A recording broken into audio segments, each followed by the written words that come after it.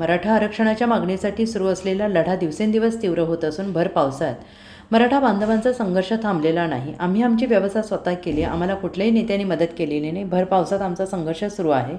जोपर्यंत आमच्या मागण्या पूर्ण होत नाही तोपर्यंत आमची लढाई सुरू राहणार असं ठाम वक्तव्य मराठा बांधवांनी आज व्यक्त केले। या प्रसंगी दैनिक समर्थ गावकरीची प्रत प्रकाशित करण्यात आली। या कार्यक्रमाला दैनिक समर्थ गावकरी मंत्रालय प्रतिनिधी विष्णू पुरे, समाजसेवक अजय पुरे, सामाजिक कार्यकर्ती झोया खान यांच्यासह सकल मराठा बांधव मोठ्या संख्येने उपस्थित होते। या कार्यक्रमात बांधवांनी एकच घोषवाक्य दिले, मराठा आरक्षणाशिवाय पर्याय नाही। पावसाच्या मुसळधार सरींमध्ये आंदोलनाला उपस्थित राहून समाजाने हे दाखवून दिलं की हा लढा फक्त आरक्षणासाठी नाही तर समाजाच्या अस्तित्वासाठी आहे। समर्थ गावकरी न्यूज प्रतिनिधी विष्णू पुरे भाषे। तर बघू शकता आपण आता हायवेला पण जे मराठा बांधव त्यांच्या भावना जाणून घेतल्या। अत्यंत तीव्र भावना आहेत आणि दुःखद भावना आहेत। तर आपण आता वाशी एक्झिबिशन सेंटरमध्ये आलो। इथं हजारोच्या संख्येने इथं गाड्या उभ्या आहेत आणि लाखोच्या संख्येने आपले सकल मराठा बांधव इथं उभे आहेत। सर, काय परिस्थिती आहे नक्की? आता वरून पाऊस चालू आहे, सरकारच्या माध्यमातून काय तुम्हाला सोयी सुविधा मिळाल्या का कुठे? आता बघा, आमच्या मराठी बांधवांनी आम्हाला जेवणाची खाण्यापिण्याची खूप सोय केलेली आहे। त्यामुळं आम्ही मराठी बांधवांना सांगतो की तुम्ही आता जेवण वगैरे काय कुठनं आणू नका, एक पाण्याची बॉटलसुद्धा घेऊन येऊ नका।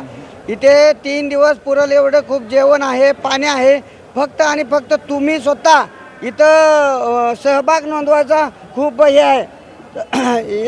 एक काठीला कोण बी तोडतं मित्रांनो, काठीच्या गट्ट्याला कोणी तोडू शकत नाही। त्यामुळं माझी तुम्हाला सगळ्या मराठी बांधवांना हात जोडून विनंती आहे की तुम्ही इथे या आणि आपण मुंबई चक्काजाम करू आणि आपल्याला आरक्षण घेऊनच माघारी जायचं आहे। आता 1-2 दिवसापूर्वी अशी बातमी आली होती की इथल्या लाईटी वगैरे सर्व बंद होत्या। तर आता काय परिस्थिती आहे रातची आणि आजची परिस्थिती काय आहे?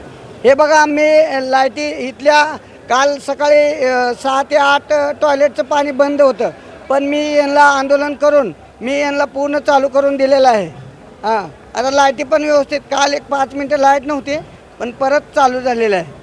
तर अजून काय आपल्या सोबत मराठा बांधव? सर, काका काय सांगाल, काय नक्की परिस्थिती तुमच्या हजारोच्या संख्येने इथं मराठा आंदोलक जमलेले आहेत, काय परिस्थिती आहे? ठीक आहे, आमची परिस्थिती अशी आहे का सगळ्या लोकांना आम्हाला हे पाहिजे, आरक्षण मिळालं पाहिजे, बरोबर आहे, असं एक माझी अशी इच्छा आहे। यापुढे तर अजूनही खूप मोठ्या प्रमाणात आंदोलन जमा आहेत। सर, काय सांगाल, काय परिस्थिती आहे नक्की आझाद मैदानची आणि इथल्या नवी मुंबईची काय परिस्थिती आहे? आझाद मैदानावर बी आमची खूपशी मंडळी आहे, मराठा समाज बांधव, आणि इकडे वाशीला पण आहेत। जागोजाग मराठा समाज बांधव फिरत आहे, प्रत्येक ठिकाणी आहेत। रेल्वे स्टेशनला जा, कुठं CSTला जा, कुठे जा। आणि आम्ही खूप लांबून आलेले आहेत। हिंगोली जिल्हा हा जरांगे साहेबाचा बाल्य किल्ला समजला जातो। हिंगोली जिल्ह्यातून एवढा मराठा समाज इकडे आलेला आहे की खूप दुरून आम्ही आज कमीत कमी 600 ते 700 किलोमीटरहून आलेले आहेत आणि सर्व शेतीतले कामं धंदे सोडून आलेले आहोत इकडं। आम्ही घरच्याला सांगलेलं आहे की आमची काही काळजी करू नका, आम्ही आरक्षण घेतल्याशिवाय मुंबई सोडणार नाहीत। आणि घरच्यानं आम्हाला सुद्धा सांगलेलं आहे की तुम्ही आरक्षण घेतल्याशिवाय येऊ नका, तुम्हाला जर काही कमी पडलं असेल तर आम्ही इकडून तुम्हाला पाठवू शकतो, तुम्ही काहीही काळजी करू नका आणि आम्ही आरक्षण घेतल्याशिवाय मुंबई सोडणार नाहीत। सर, एक मला बोलायचं आहे, मराठी बांधवांना मला एक निवेदन करायचं आहे आणि विनंती पण करायची आहे की तुम्ही जेवण, चपाती, भाजी, भाकरी असले काय आणू नका। 3 दिवस पुरेल एवढं जेवण आहे। तुम्हाला जर आणायचंच असेल तर ड्राय कोरडं जेवण आणा, म्हणजे फळे भाज्या आणा किंवा बिस्किट हे ते फरसाण असले कोरडं भाजीपाला आहे, कोरडं जेवण आणा, जेणेकरून आपल्या सर्व बांधवांना ते पुरेल। आणि आता 3 दिवस तर कुणी एक पाण्याची बॉटलसुद्धा आणू नये अशी आम्ही विनंती करतो। आता जरांगे साहेबांनी आज आश्वासन केले की पाणी सुद्धा बंद करतो, तर आता त्यांची प्रकृती खालावण्याची शक्यता आहे। तर सरकारनं काय मेसेज द्याल तुम्ही? आता दादाची प्रकृती अशीच खालावलेली आणि पाणी सोडलं त्यानंतर अजून परिस्थिती त्यांची खालावण्याची शक्यता आहे, तर काय सांगा? हे बघा, आता दादांनी काय केले, ॲक्च्युली पाणी तर सोडायला पाहिजे होतं पण दादांनी पाणी पण सोडलं, पण हे सरकारला खूप जड जाणार आहे। आता मराठी बांधव दादाच्या सांगण्यामुळं खूप शांत आहेत, पण इथे उद्रेक होण्याची शक्यता आहे। त्यामुळं सरकारला विनंती आहे की सगळ्या मराठी बांधवांनी, अरे सरकार बघ जरा, इथे मराठी लोकांचे खूप हाल चालू आहेत, पण मराठी हा डगमगणारा नाही। त्यामुळं आमच्या लेकरा बाळाला शिक्षणासाठी आरक्षण दे सरकार, तुम्हाला विनंती करतो. नाही आता तिथं दादाचा आरक्षण आपलं उपोषण चालू आहे, तिथं काही महिला आणि काही नागरिक रडताना दिसले होते काल. तर इथल्या लोकांच्या काय भावना आहेत? नाही इथल्या लोक हे बघा साहेब, आम्हाला पण वाईट वाटतं, कारण आम्ही इथं जेवतोय हे करतोय, पण आमचा दादा 4 दिवस झाला उपाशी आहे. त्यामुळं मला सुद्धा म्हणजे भावना अनावर होत आहेत. त्यामुळं ह्या सरकारनं आमच्या मराठी माणसाच्या लेकरा बाळासाठी हे आरक्षण हे आमच्या पदरात द्यावं, ही आमची नम्र विनंती आहे. ओके, आता सर्व तुम्ही शेती कामाचं मुलं बाळं सोडून पूर्ण परिवार सोडून आलात, तर घरची काय परिस्थिती आहे? आता तुम्ही भर पावसात रात्री बेरात्री इथं उपोषणाला बसता आणि तुमचा संघर्ष चालू आहे, तर घरची काय परिस्थिती आहे तुमची आता सगळे मुलं बाळं सोडून आल्यानंतर? हे बघा आमच्या घरचे, आमच्या घरच्याला सांगितलं आहे तुम्ही तिथं बघून घ्या, आम्ही इथं आरक्षण झाल्याशिवाय आम्ही काय मुंबई सोडणार नाही. नमस्कार, मी विष्णू बुरे, दैनिक समर्थ गावकरीमध्ये आपलं स्वागत आहे. आपण आता मुंबई पुणे हायवेवरती. तर इथून जात असताना आपली इथं मराठा बांधव भेटलेले होते. भरून पाऊस आहे, त्यांना विचारणा केली असता तर त्यांच्या काय भावना आहेत, नक्की का थांबली होती, त्यांना इथं बघू शकता पूर्ण पाण्याचा बॉक्स भरलेला आहे. तर त्यांना विचारा कुठल्या नेत्या मंडळीने दिली, कुठल्या समाजसेवकांनी दिली, का कोणी यांनी स्वतःचीच काय बोलतात गरज पूर्ण केली, आपण त्यांच्याकडून विचारून घ्या. सर, तुम्ही आता मुंबईमध्ये दाखल होतात की पहिले याच्या आधी आला होतात, किंवा आता कुठं गेला होतात नक्की तुम्ही? आम्ही मुंबईमध्ये 27 तारखेपासून आहोत. 27 तारखेपासून आहोत. काल 2 दिवस एवढी वाईट परिस्थिती झाली, पण मग महाराष्ट्रामध्ये मॅसेज पोहोचला खेडोपाड्यापर्यंत. तिकडून परत लोक भाकरी चटणी ठेसा घेऊन निघालेत. आज आम्ही इथून पाण्याचे 400 बॉक्स घेऊन जाण्यासाठी या ठिकाणी आलोत. तिकडं पाणी बिणी मिळत नाही, वाशी मार्ग इथून आम्हाला घेऊन जावं लागतंय. पाण्याची गाडी आमची येते, गाडीची वाट बघत आम्ही इथं थांबलेलो. नाही, पाण्याचे तिथं तर पूर्ण व्यवस्था केली, असं कोण बोलतं करत नाही. आता हे जे पाण्याची व्यवस्था केली आहे तुम्ही केली की कोणी दिलेलं आहे पाणी तुम्हाला? नाही, आता ही सकल बांधवाच्या वतीने चालवलं आहे आणि मराठा बांधव आहेत काय आम्हाला हे करण्यासाठी, सेवा करण्यासाठी त्यांनी आम्हाला पैसे दिलेले आहेत आणि त्या भावनेतून सगळ्याचे मिळून हे पाणी बॉटल तिकडे जात आहेत. हां, छत्री आणा आपल्याकडे. खाली जरा खाली.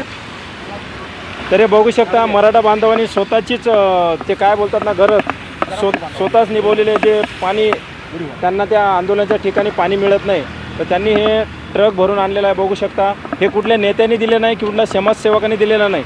जे मराठा आंदोलन आपल्या हक्कासाठी न्याय हक्कासाठी लढतात त्यांनीच हे व्यवस्था केलेली आहे पाण्याची. तर साहेब, काय परिस्थिती आहे नक्की आझाद मैदानची, काय परिस्थिती आणि तुमचे जे आंदोलनकारी आहेत त्यांच्यासाठी काय सुविधा केलेली आहे सरकारने?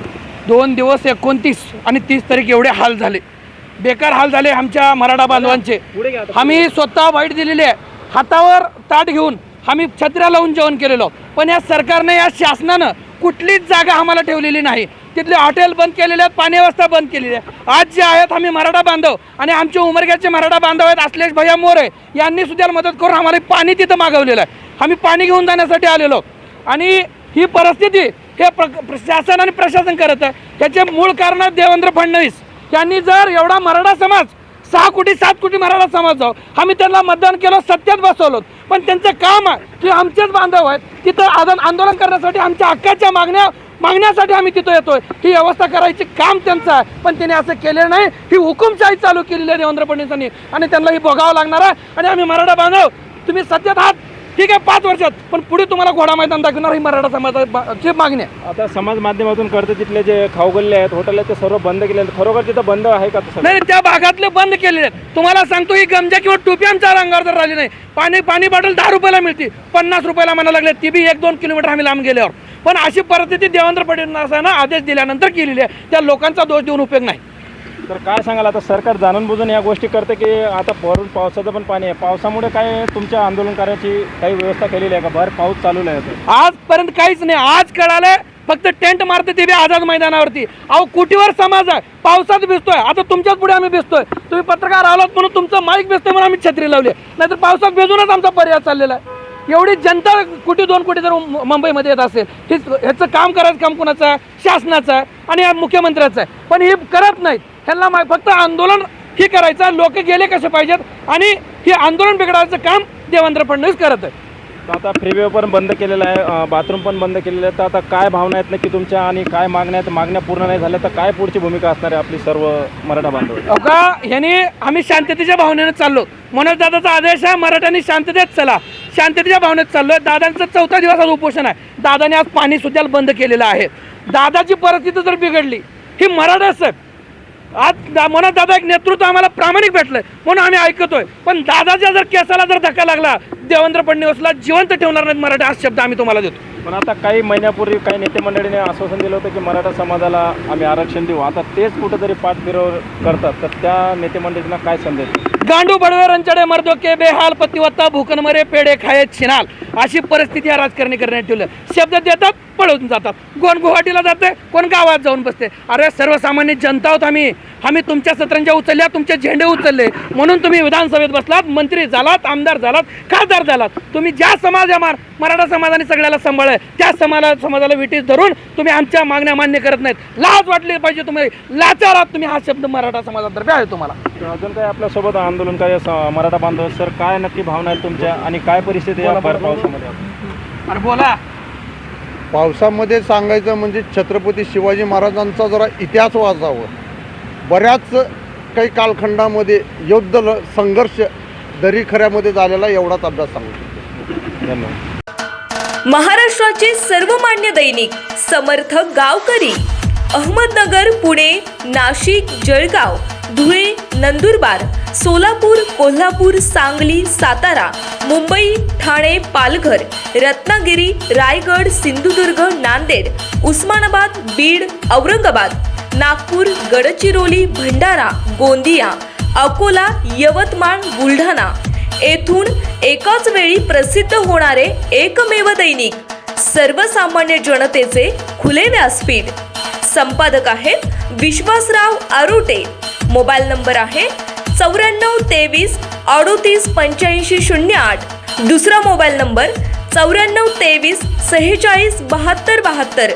तिसरा मोबाईल नंबर 75 88 15 0001. वेबसाईट आहे sgavkari.com. मेल आय डी आहे akl gavkari@gmail.com.